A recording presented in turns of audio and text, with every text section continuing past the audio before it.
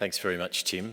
I join with Tim in acknowledging all of our invited guests and thank them for being here tonight. It's getting to be a very busy part of the year, and I thank you very much for giving your time to this gathering tonight. And I warmly welcome all those who've received and been nominated for awards tonight, and particularly your families. Great that you're here. It makes it a very special evening.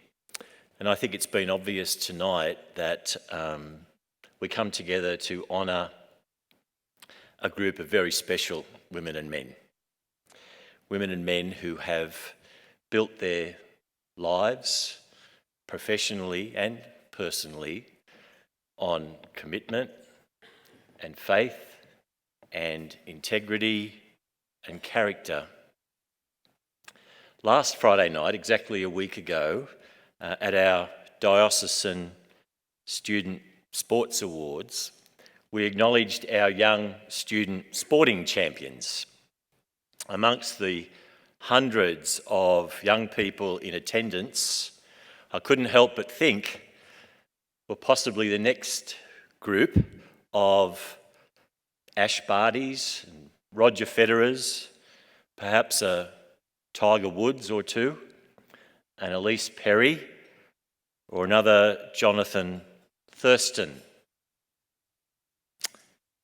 These men and women, these role models for our young people, are best known as the no-quitters of the sporting world. And perhaps the greatest of all the American basketballers, Michael Jordan, once said to a group of reporters when asked about his attitude to playing his sport, he said this: "If you quit once, it's become a habit. So never quit." Tonight at this gathering, we honour another group of non-quitters, some for well over 40 years. A special group of women and men from our system of Catholic schools, also defined, in my view, as champions. These are the champions like Brian Morehouse, a 64-year-old volunteer firefighter who for the past 3 weeks, Brian has fought bushfires in northern New South Wales in the vicinity of Armidale. And he's done that with little sleep and minimal rest. And when he was asked and quizzed about his Herculean efforts, he replied with the phrase, "I'm just doing my bit." And other champions like Michael Taylor, who volunteers weekly at the Villawood Detention Centre and has done so for 17 years. And he works with the children who are held there. Or champions like the young parents that I've met recently in Eaglevale, who work hard, have long days, battle daily the clogged M5 motorway, raise their children, pay their mortgage, face family challenges, smile at their neighbours and tell everyone how blessed they are. Tonight we celebrate just some of our non-quitters, the non-quitters of our Catholic school system, the men and women who live by the rule that you are what you do, not what you say you're going to do. Our Pope, Francis, describes these champions with these words: "Those wonderful people," he says, "capable of giving meaning to their world, capable of building a relationship with others so that each one each one can feel accepted and loved for who he or she is, with all of his or her limitations and potential. These are our champions, and this is both the purpose and the great joy of this gathering tonight. The mark of any worthwhile, balanced and effective profession is one that sets high standards for itself and then works hard in order to achieve them. In our Catholic school system, in this great system of Catholic schools, in this great diocese, we believe in setting high standards and having high expectations for all of us, for all of our students and all of our staff alike. Part of realising our mission of creating vibrant school communities is the affirmation and recognition of the people in our schools and in our education offices. These people who make all of this happen, the people sitting in this wonderful facility tonight at each one of these tables. And that's why it's appropriate. As a matter of fact, our profession demands it, to take the time to celebrate the wonderful achievements that we've heard and read about tonight. As was the case last year, we gather together to recognise and promote the value of professional and personal accomplishment in what we proudly call the ministry of Catholic education, not just the work.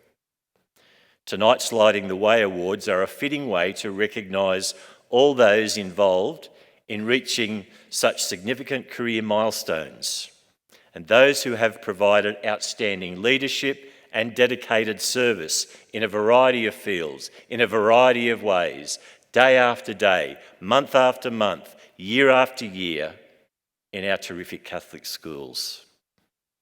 This is symbolic of our commitment as a diocese to the authentic and continuous growth, life and energy that's found every day, every single day, in every one of our schools and in our Marian and Emmaus centres. These awards and the citations which complement them that you've heard read tonight reflect the achievements and the service of those who have been nominated by their peers for professional recognition. We live and work in a profession of increasing accountability, of increasing complexity and scrutiny, and the constant challenge to improve and do more with less. You know that.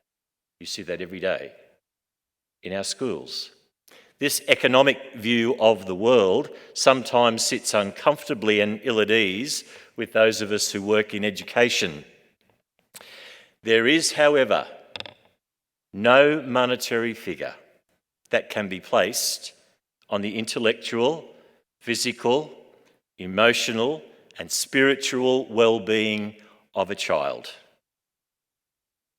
An opportunity like tonight clearly demonstrates the immense value and significant contribution made by these very fine men and women who we recognise tonight in their mission of the Church to Catholic education and ultimately to the greater good of this nation.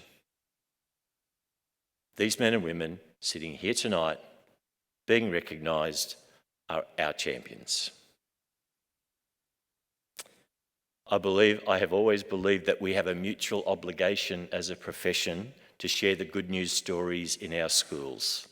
The stories of staff in Catholic schools who've dedicated their working lives to educating the young, who've collaborated with their peers to improve educational outcomes in literacy and numeracy or religious education, or who have given an extra effort above and beyond to bring out the best in a young person, regardless of the field of endeavour. And so I congratulate all of them, those being recognised here tonight and those who aren't. I'm very grateful tonight for the presence and support of our Bishop, for our system of schools. It's something that in a short space of 2 years has become simply what he does. His support of our system of schools, of our teaching and support staff, not just through his words, but in the model of care and interest that he demonstrates by his presence tonight and in every other function that we invite him to and he comes to, is a very powerful message. And I ask you to join with me in thanking our Bishop yet again for his presence with us tonight.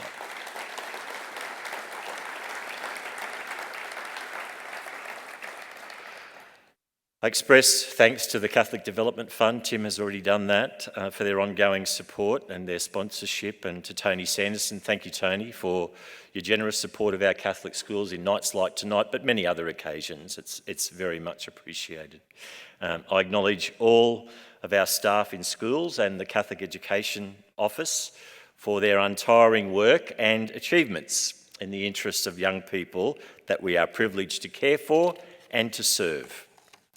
And in particular, I wish to thank the many people who've been involved in the extensive planning and organising of this special event. I know Tim will acknowledge them, particularly thank Carolyn Hadley for her very strong leadership in this area around raising the notion of our profession. She is a deep believer in that, and this is just another example of that. I'm very grateful to her and all of those who've worked hard to make this night such a success. And so in closing, I commend all of the nominees and the award winners, and I congratulate them heartily. And I say this to you. I say it on behalf of the thousands of young people who aren't here tonight to say it, so I'll be their voice. On behalf of those thousands of young people who walk into our classrooms, your classrooms, each day, I say to you, thank you. Thank you. For in the truest sense of the word, you are their champions. And for some of those young people, an increasing number of those young people, perhaps you are their only one. Don't tell me that there is a more significant or important profession on earth than what each of you does every day. I thank you and I congratulate you again. Thanks very much.